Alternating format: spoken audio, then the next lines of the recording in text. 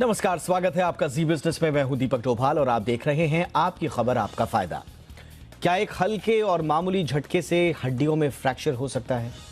दरअसल ऐसा हो सकता है और ऐसा उन लोगों के साथ होता है जिन्हें ऑस्टियोपोरोसिस नाम की बीमारी हो जाती है। इस बीमारी में हड्डियां बहुत कमजोर हो जाती हैं। एक तरह से आप कह सकते हैं कि अंदर से खोखली होने लगती हैं। वर्ल्ड ऑस्टियोपोरोसिस डे के मौके पर आज हम इसी मुद्दे पर चर्चा करेंगे। साथ ही एक्सपर्ट से पूछेंगे कि आखिर क्यों हमारी हड्डियां इतनी कमजोर हो रही हैं। चर्चा करेंगे बेहद खास मेहमानों के साथ, लेकिन सबसे पहले ये रिपोर्ट देखिए।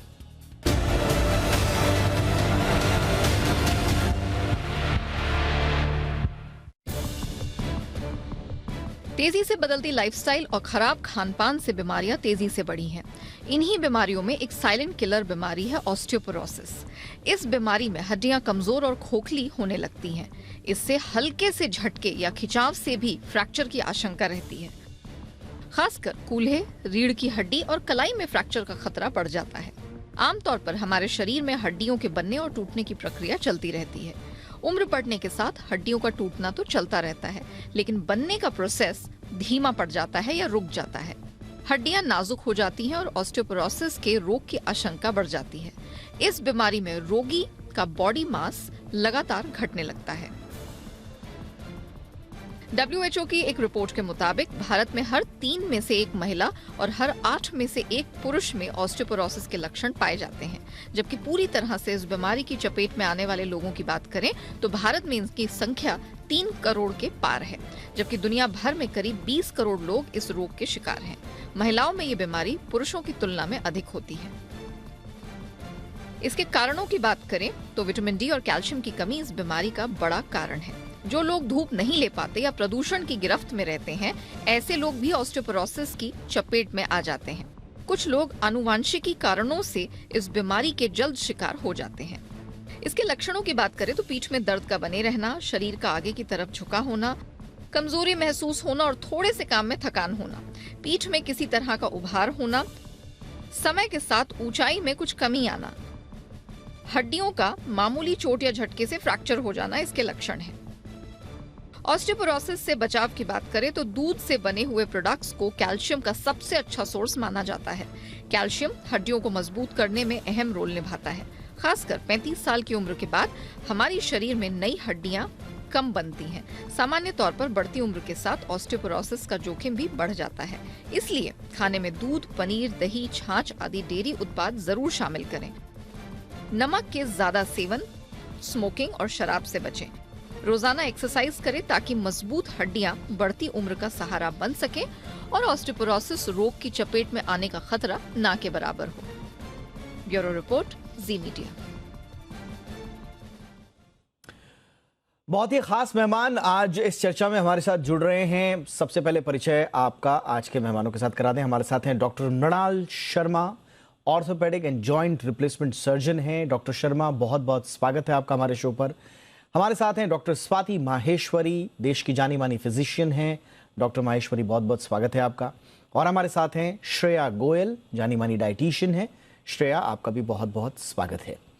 डॉक्टर शर्मा, आपसे ही हम चर्चा की शुरुआत करना चाहेंगे और इस बार की थीम रखी गई है step up for bone health. कितना ज़रूरी है बोन हेल्थ पर बात करना? हम अक्सर जो दूसरी बहुचर्चित बीमारियां हैं उन पर बातचीत कर लेते हैं, कैंसर, डायबिटीज, हाइपरटेंशन, इन सब पे, लेकिन बोन हेल्थ पर या बोन डेंसिटी पर गाहे बगाहे चर्चा होती है। कितना ज़रूरी है अपनी बोन हेल्थ के बारे में चर्चा करना और उसकी लगातार निगरानी करना? जी नमस्कार, मुझे यहाँ पे बुलाने के लिए आपका बहुत बहुत शुक्रिया, स्वागत। देखिए, बोन हेल्थ बहुत इंपॉर्टेंट है और आज वर्ल्ड ऑस्टियोपोरोसिस डे है और आप जानते हैं अगर ये इम्पोर्टेंट नहीं होता तो शायद हम यहाँ चर्चा भी नहीं कर रहे होते। और हमारी जैसे जैसे उम्र बढ़ती है तो हमारी बोन्स वीक हो जाती हैं, कमजोर हो जाती हैं और सबको अल्टीमेटली कई बार फ्रैक्चर हो जाता है। तो बोन्स धीरे धीरे पोरस हो जाती हैं या फिर जो उनका घनत्व कम हो जाता है और धीरे धीरे उम्र के साथ फ्रैक्चर जब होता है तो हर एक को उसके लिए या तो डॉक्टर को कंसल्ट करना पड़ता है या प्लास्टर लगते हैं, कई बार सर्जरी भी करवानी पड़ती है। तो बोन हेल्थ अगर हम अपनी यंग एज में ही मेंटेन करके रखें, it is like bone bank. तो हमने जितनी अपनी स्ट्रांग बोन्स 25-30 साल की उम्र तक रख ली और बना ली, उसको ही आगे मेंटेन करते रहें तो इसका रिस्क बहुत कम हो जाता है और अल्टीमेटली फ्रैक्चर का रिस्क भी कम हो जाता है। तो इसलिए बोन हेल्थ बहुत जरूरी है, क्योंकि हमने पाया है कि बहुत एल्डरली में जब ये बोन हिप की, कूल्हे की या कमर की हड्डी टूटती है तो पेशेंट बिस्तर पे आ जाता है और फिर अल्टीमेटली उनका जो है रिजल्ट अच्छा नहीं रहता है। तो मोबिलिटी के लिए हमें बोन स्ट्रांग रखना जरूरी है, क्योंकि हमारी बोन्स अगर स्ट्रांग रहेंगी तो हमारा शरीर चलता रहेगा। एब्सोल्युटली, आपने बिल्कुल सही कहा। और ख़ास तौर से जो बड़ी उम्र के लोग हैं उनमें अगर छोटा मोटा फ्रैक्चर भी हो जाए तो उनकी रिकवरी बड़ी मुश्किल हो जाती है और उनका जो रिकवरी टाइम है वो लंबा होने के कारण उनकी हेल्थ पर दूसरे एडवर्स इफ़ेक्ट्स होने शुरू हो जाते हैं और मोबिलिटी नहीं होती है तो फिर दूसरी बीमारियां घर कर लेती हैं। इस तरह से एक पूरी साइकिल बनती है। तो आप समझिए बोन हेल्थ कितना ज़रूरी है। डॉक्टर स्वाति, लेकिन देखने में यह आया है कि महिलाओं में बोन के इश्यूज ज़्यादा हैं बनिस्बत पुरुषों के, और ऑस्टियोपोरोसिस के तो ज़्यादा मामले ज़्यादातर महिलाओं में ही देखे गए हैं। ऐसे में एक महिला के लिए कितना आवश्यक है अपनी हड्डियों के बारे में जागरूक रहना और लगातार उसकी निगरानी करना? बिल्कुल दीपक जी, आपने ठीक कहा। क्योंकि खास तौर से फीमेल्स के अंदर जो हमारे हार्मोन्स हैं इसमें, जिसमें कि ईस्ट्रोजन एक बहुत अहम हार्मोन है।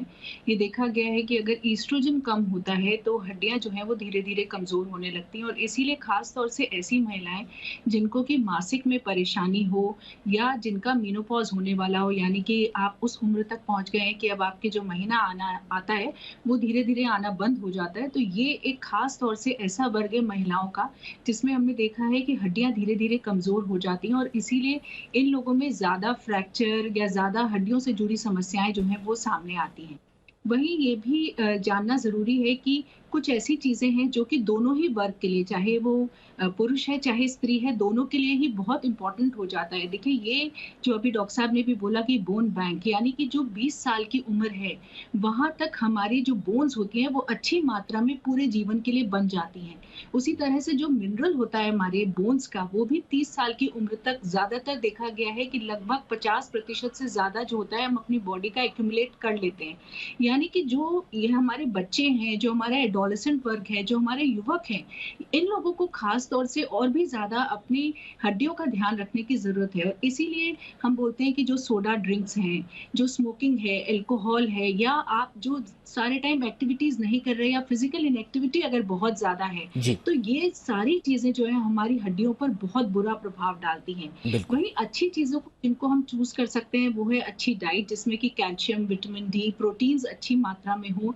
साथ ही हम कुछ एक्सरसाइज करें। हम अक्सर सोचते हैं और कुछ लोगों में ये धारणा भी रहती है कि अगर एक्सरसाइज करेंगे, अपनी हड्डियों को ज़्यादा यूज़ करेंगे तो शायद ये जल्दी खर्च हो जाएंगी, जबकि ऐसा नहीं है। अगर हम अच्छी एक्सरसाइज करते हैं और खास तौर से अगर वेट बेयरिंग एक्सरसाइजेज अगर अच्छी मात्रा में की जाए तो उससे जो हमारी हड्डियां हैं वो और मजबूत होती हैं और लंबे समय तक हमारा साथ देती हैं। अब कई बार लोग कि वेट बेयरिंग एक्सरसाइजेस का मतलब है कि शायद हमें वजन उठाना होगा, जिम जाना होगा, तो ऐसा नहीं है। कि अगर आप वॉकिंग करते हैं, रनिंग करते हैं या आप कोई स्पोर्ट एक्टिविटीज में इन्वॉल्व हैं, डांसिंग करते हैं, तो ये सब चीजें भी वेट बेयरिंग एक्सरसाइजेस में आती हैं। इसलिए अगर हम एक्सरसाइज को अपने जीवन का रूटीन बनाएं तो वो हमारी हड्डियों की सेहत के लिए बहुत ही लाभकारी है। और साथ ही हम ध्यान रखें, ये बहुत ज्यादा जरूरी है। और जैसा आपने कहा कि एक उम्र जो है वो फिक्स्ड है जिसमें हमारी बोन डेंसिटी है वो डेवलप होती है, या हमारी बाकी उम्र की जितनी हड्डियां हैं उनका डेवलपमेंट होता है। इसलिए बहुत ज़रूरी है कि अर्ली स्टेज ऑफ लाइफ में आप हेल्दी रहें,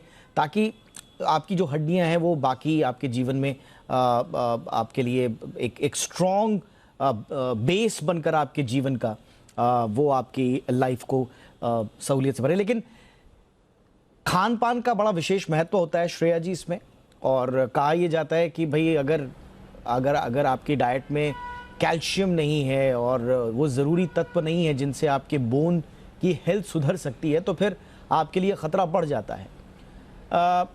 कैल्शियम के लिए अक्सर हमने देखा है कि लोग जो है सिर्फ गोलियों पर डिपेंडेंट रह जाते हैं, कई लोगों को तो ताउम्र खाना पड़ता है। तो हमारी किचन की वो डाइट या आम रोज़मर्रा की हमारी वो डाइट जिससे हमारी बोन हेल्थ सही रहे, क्या सजेस्ट करेंगे? कैल्शियम तो ये पजल है एक पूरा, और कैल्शियम सिर्फ एक छोटा सा पार्ट है इस पजल का। हड्डियां सिर्फ कैल्शियम से नहीं बनती हैं, उसमें प्रोटीन, विटामिन के और बहुत सारी चीज़ें, बोरोन, सिलिका, इतने सब मिनरल्स हैं कि सिर्फ कैल्शियम तो एक पजल का एक छोटा सा पार्ट है।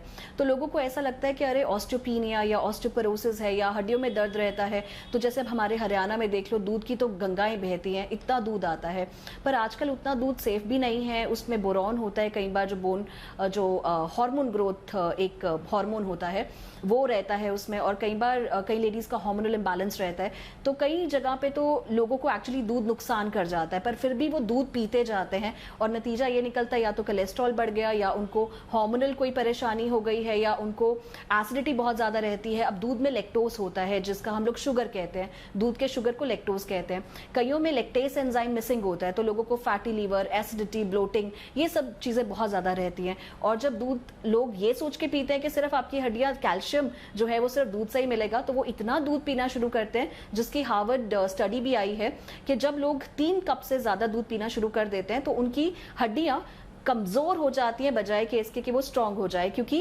एल्कलाइन एसिड का एक रिएक्शन रहता है। सो इसीलिए बहुत जरूरी है कि हमें ये समझना है कि सिर्फ दूध से ही नहीं हड्डियां बनती हैं। हम लोगों को ये समझना है कि जो दूध में जो कैल्शियम है, अगर मैं आपको बोलूं कि 100 ml में आपको 210 mg कैल्शियम मिलता है, लेकिन हरी सब्जियों में 210 mg से भी ज्यादा है। आपके जीरा में 100 ग्राम जीरा में आपको 1080 mg कैल्शियम मिलता है, आपके अजवाइन में उससे भी ज्यादा है, आपके हरी सब्जियों में, आपके प्लांट बेस्ड मिल्क में उससे भी ज्यादा कैल्शियम है। जो हम लोग सोया साग खाते हैं, चुलाई खाते हैं, सोयाबीन की दाल खाते हैं, वो दूध से ज्यादा कैल्शियम होता है। तो हमें ये समझने की जरूरत है जो आपको सूट करता है वो आपकी खुराक होनी चाहिए। ऐसा ना हो आपके स्टोन हो तो आप दूध पी रहे हैं, आपका कोलेस्ट्रॉल ज्यादा है तो आप दूध पी रहे हैं, तो खुराक पर्सनलाइज्ड होनी चाहिए। बिल्कुल, और इसलिए आपको थोड़ा सा डाइट पे विशेष तौर पर ध्यान रखना है, क्योंकि जैसा कि श्रेया बता रही हैं कि अक्सर हम अपने बॉडी के इंटरनल मैकेनिज्म को समझ नहीं पाते। कई बार जो दूसरों के लिए अच्छा होता है, मसलन दूध का एग्जांपल दिया बहुत अच्छा श्रेया ने, हो सकता है कि किसी लोगों के लिए दूध जो है वो बेहतर साबित हो, लेकिन अगर आप में कुछ ऐसी इंटॉलरेंस है या आपका शरीर कुछ अलग तरह से रिएक्ट कर रहा है, तो वही दूध आपके लिए थोड़ा सा परेशानी भी पैदा कर सकता है। इसलिए डाइट किस तरह की हो, ये फूंक फूंक कर कदम रखना बहुत जरूरी। तो आज हम हड्डियों पर बात कर रहे हैं, आपकी हड्डी क्यों सेहत के मामले में एक फिसड्डी है, इस पर हम चर्चा कर रहे हैं बहुत ही खास मेहमानों के साथ। डॉक्टर शर्मा, आपका एक्सपीरियंस क्या है जब एक मरीज आपके पास आता है, तो आप किस तरह का आपका ऑब्जर्वेशन है? क्या ऐसा उस मरीज को करना चाहिए था कि वो इस हालत में नहीं पहुंचता, या अपनी हड्डियों को लेकर उसकी आज ये हालत नहीं होती? कौन सी ऐसी बातें हैं जो एक आम आदमी को, चाहे वो किसी भी आयु वर्ग का हो, उसे ख्याल रखना चाहिए ताकि उसे हड्डियों से जुड़ी बीमारियां ना हो?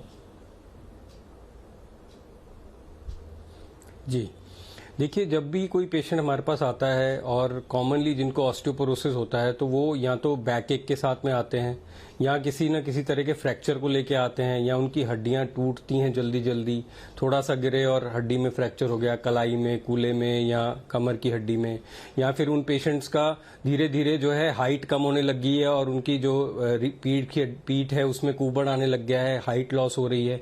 सो ये सब सिम्टम्स हैं, बॉडी एक्स रहते हैं, ये सब सिम्टम्स हैं ऑस्टियोपोरोसिस के। तो कहीं ना कहीं एक तो एज के साथ जो ऑस्टियोपोरोसिस होता है, दूसरा लेडीज में हम पोस्ट मीनोपॉजल ऑस्टियोपोरोसिस देखते हैं जो कि हार्मोन की कमी से होता है, और कई बार कुछ पेशेंट जो हैं दवाइयां ऐसी ले रहे होते हैं जिसके कारण ऑस्टियोपोरोसिस हो जाता है उनको। तो जो भी उसका कारण रहा हो, हमें शुरू से अच्छा, दवाइयों से भी होता है सर? सो हमेशा बचाव सबसे पहले। जी, किस तरह की दवाइयों से ये खतरे रहते हैं सर? हाँ, दवाइयां देखिए, जैसे कि कोई पेशेंट अगर स्टेरॉइड्स ले रहा है किसी बीमारी के कारण, जैसे रूमेटॉइड आर्थराइटिस है, तो उनको जो है ऑस्टियोपोरोसिस होने का बहुत ज्यादा खतरा रहता है। कोई पेशेंट ऐसा है जिसको मिर्गी का दौरा पड़ता है और उसकी दवाइयां चल रही हैं, तो उसके कारण भी ऑस्टियोपोरोसिस का खतरा रहता है। या कई बीमारियां ऐसी होती हैं जिनका लॉन्ग टर्म ट्रीटमेंट जो है बोन हेल्थ पे इफेक्ट डालता है, तो उन सब में ऑस्टियोपोरोसिस होने के चांसेस रहते हैं। तो ऑस्टियोपोरोसिस की रोकथाम हमें जो है यंग एज से ही करनी है। हमें अपनी मसल्स और बोन्स को स्ट्रांग रखना रखना है, एक अच्छा कैल्शियम और विटामिन डी इंटेक डाइट में लेना है जैसे कि डॉक्टर साहब ने बताया, प्लस हमें रेगुलर एक्सरसाइज करनी है, अपने वेट को कंट्रोल में रखना है, अपनी डेली एक्टिविटी करनी है, अपनी मसल्स को और बोन्स को लोड करना है। वो चाहे हम हफ्ते में 4-5 बार 45 मिनट्स टू 1 आवर की वॉक के साथ भी कर सकते हैं, ब्रिस्क वॉक से भी कर सकते हैं, और वेट करके जिम में भी कर सकते हैं, लंबी वॉकिंग से भी कर सकते हैं। So all those exercises which are load bearing will actually, जिनसे हम अपनी बोन्स को स्ट्रांग कर सकते हैं और उनका बेनिफिट हमें मिलता है। जो लोग स्मोकिंग करते हैं या जिन्होंने यंग एज में ये आदत पड़ गई है कि बहुत ज्यादा अल्कोहल लेना है या स्मोक करते हैं, उनकी बोन्स भी जल्दी वीक होती हैं और जल्दी ऑस्टियोपोरोसिस उनमें हो जाता है। तो वो भी हमें प्रिवेंट करना चाहिए। आप मॉडरेशन में लें या आप क्विट कर सकते हैं स्मोकिंग और अल्कोहल। और इसके अलावा हमें ये ध्यान रखना है कि कुछ बीमारियां ऐसी हैं जिनमें कि जैसे रूमेटॉइड आर्थराइटिस है, अगर वो बीमारी आपको है तो you are prone to osteoporosis, तो आपको उसका ट्रीटमेंट अर्ली स्टेज में ही डॉक्टर के कंसल्टेशन में कर लेना चाहिए।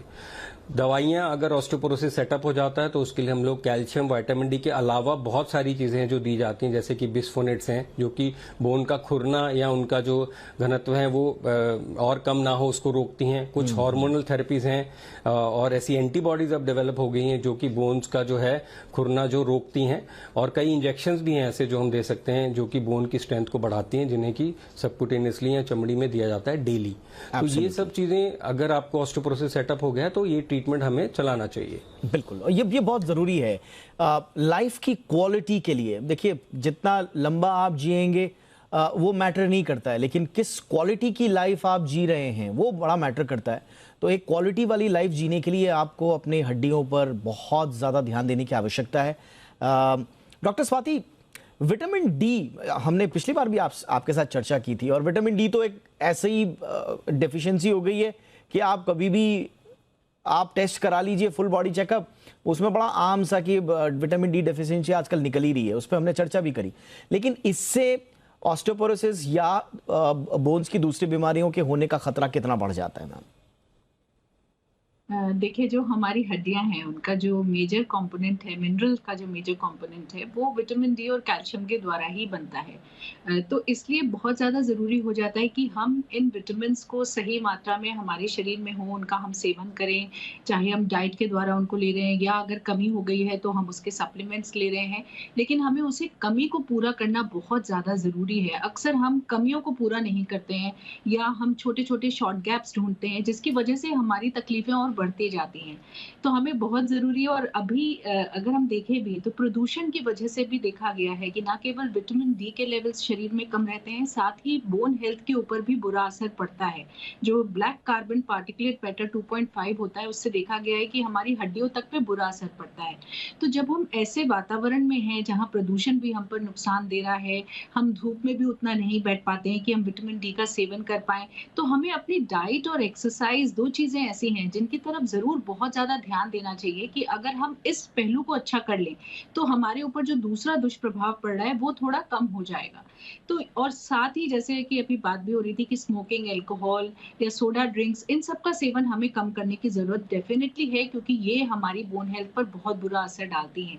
एक बहुत अच्छी चीज़ जो लोगों को जानने के लिए वो ये भी है कि अगर आपको ऐसा लग रहा है कि आपकी बोन, आपको जल्दी जल्दी फ्रैक्चर्स हो रहे हैं या हड्डियों में बहुत दर्द रहता है या अब आपका मासिक बंद हो रहा है, आप उस एज पर पहुंच रहे हैं, तो एक बहुत सिंपल एक एक्सरे होता है जिसे हम बोन डेंसिटोमेट्री या डेक्सा स्कैन बोलते हैं, जो कि आसानी से हो सकता है। कोई वैसा इन्वेजिव टेस्ट नहीं है, बस आपको एक उस पर लेटना होता है और आपकी पिक्चर्स जो हैं बोन की वो खींची जाती हैं, एक्सरे होता है।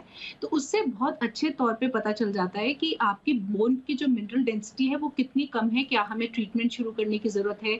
और ट्रीटमेंट भी हमारा स्टेप वाइज होता है, तो अगर शुरुआती तो उस हिसाब से ट्रीटमेंट आपको दिया जाएगा। तो ये सब चीजें आप कर सकते हैं और पता लगा सकते हैं कि हमारी बोन डेंसिटी कैसी है और हमें क्या चीजें उसके लिए एहतियात के तौर पर अभी से ही शुरू कर देनी चाहिए, ताकि ऐसा नहीं हो कि हम थोड़ा सा चले या हमारा हल्का सा पैर मुड़ा या हम एकदम से खड़े हुए तो फ्रैक्चर हो गया। तो ये स्थिति नहीं पहुंचनी चाहिए। इसलिए पहले से अगर सचेत हो और चीजों का ध्यान रखें तो हम जरूर इसको प्रिवेंट कर सकते हैं। और अब ये नहीं सोचे कि ये बड़े बुजुर्गों में ही होता है, हम जो देख रहे हैं बच्चों में भी अब कॉमन होता जा रहा है कि थोड़ा सा खेल रहे थे, खेलते खेलते एक दूसरे से लड़े और फ्रैक्चर हो गया, या कुछ छोटी सी स्पोर्ट एक्टिविटी। बिल्कुल, ये हर उम्र के लोगों का ये परेशानी, और इसीलिए हम जो कह रहे हैं कि ओवरऑल क्वालिटी को अगर आपको इन्हांस करना, इंप्रूव करना है तो उसके लिए बोन्स पर ध्यान देने की बहुत आवश्यकता है। श्रेया, डाइट के नज़रिए से अब खास तौर से बच्चों के लिए क्या करना होगा? बड़ी उम्र के लोग तो फिर भी मेडिसिन और दूसरी निर्भरता से भी ठीक कर सकते हैं, लेकिन बच्चों के लिए खास तौर से डाइट में हमें क्या करना होगा ताकि उनकी बोन हेल्थ बनी रहे? ठीक है, हमें बच्चों को तो बेकरी आइटम जितनी होती है, जैसे कि आजकल ब्रेड, रस्क, बिस्किट, ये चीज़ें बहुत ज़्यादा देते हैं बच्चों को। चाय भी आजकल बच्चों को दी जाती है, तो चाय कॉफ़ी का सेवन बच्चों को बिल्कुल ना कराएं। खुद भी चाय कॉफ़ी का सेवन कम से कम करें। ग्रीन टी का चलन बहुत ज़्यादा आ गया है बड़े लोगों में भी, तो ग्रीन टी, बाकी आपकी चाय कॉफ़ी, ये आपको कम से कम करना है। टबैको, ये तो सब आपको मालूम है बड़े लोगों के लिए। पर बच्चों को चौलाई का लड्डू रोज 2 लड्डू जरूर दें। चौलाई के लड्डू में दूध से ज्यादा कैल्शियम होता है और दूध से ज्यादा प्रोटीन होता है, तो 2 चौलाई का लड्डू दिन में 1-2 बार जरूर दें। उसके अलावा रागी का शीरा, जिसको नाचनी कहते हैं, नाचनी का शीरा भी, जैसे सर्दियां भी आ रही हैं कई इलाकों में, तो बच्चों को वैसे भी कोल्ड कफ नहीं होगा। उसमें कैल्शियम बहुत अच्छा है, आयरन बहुत अच्छा है, सो उसमें मिनरल्स बहुत अच्छे हैं। सो बच्चों को एक फर्मेंटेड, आप एक बटर मिल्क जरूर दे सकते हैं, जो कि दूध नहीं है पर हाँ लस्सी है, फर्मेंटेड है। तो रागी का शीरा आप उनको एक सूप बना के दें, जिसमें चुकंदर, पालक, आपके घर में जो भी चौलाई का साग लगा हो, जितनी भी हरी सब्जियां हो, आप वो सूप बना के जरूर बच्चों को एक बार सूप में ही दाल बना दो। सोयाबीन की दाल में सबसे ज्यादा कैल्शियम और प्रोटीन होता है, दूध से ज्यादा भी। तो सुबह के टाइम पे आपने बच्चों को अजवाइन और जीरे का पानी दिया, उसके बाद आप उनको मुनक्का या आप फिग जिसको कहते हैं अंजीर, सोक करके वो दे सकते हैं। नाश्ते में आप उनको चौलाई, बेसन का पूड़ा, सोयाबीन की कोई सब्जी दे सकते हैं। और आटे में रागी, नाचनी बहुत जरूरी है इस्तेमाल करें। तो अगर नाचनी और चुलाई और हरी सब्जियों का सूप रहेगा, एब्सोल्युटली मैम, और मछली, बिल्कुल। तो यानी कि आपको अपने डाइट में किस तरह के एहतियात बरतने, ये श्रेया जी ने बता दिया और हमारे दोनों डॉक्टर्स ने बता दिया कि ओवरऑल आपको अपनी बोन हेल्थ और बोन डेंसिटी को कैसे मैनेज करना है। और अगर खुदा ना खास्ता किसी के साथ ये ऑस्टियोपोरोसिस या बोन से रिलेटेड कोई दूसरी प्रॉब्लम आ जाती है तो उसका मैनेजमेंट भी है, लेकिन वक्त पर उसकी पहचान हो जाए और इलाज शुरू हो जाए, ये बड़ा इंपॉर्टेंट होगा। बहुत बहुत शुक्रिया आप तीनों का, आपने वक्त निकाला। Shreya, thank you so much. Doctor Swati Maheshwari, thank you so much ma'am. Doctor Mrinal Sharma, आपका भी शुक्रिया सर वक्त निकालने के लिए। आपकी खबर, आपका फायदा में इतना ही। इजाजत दें, नमस्कार।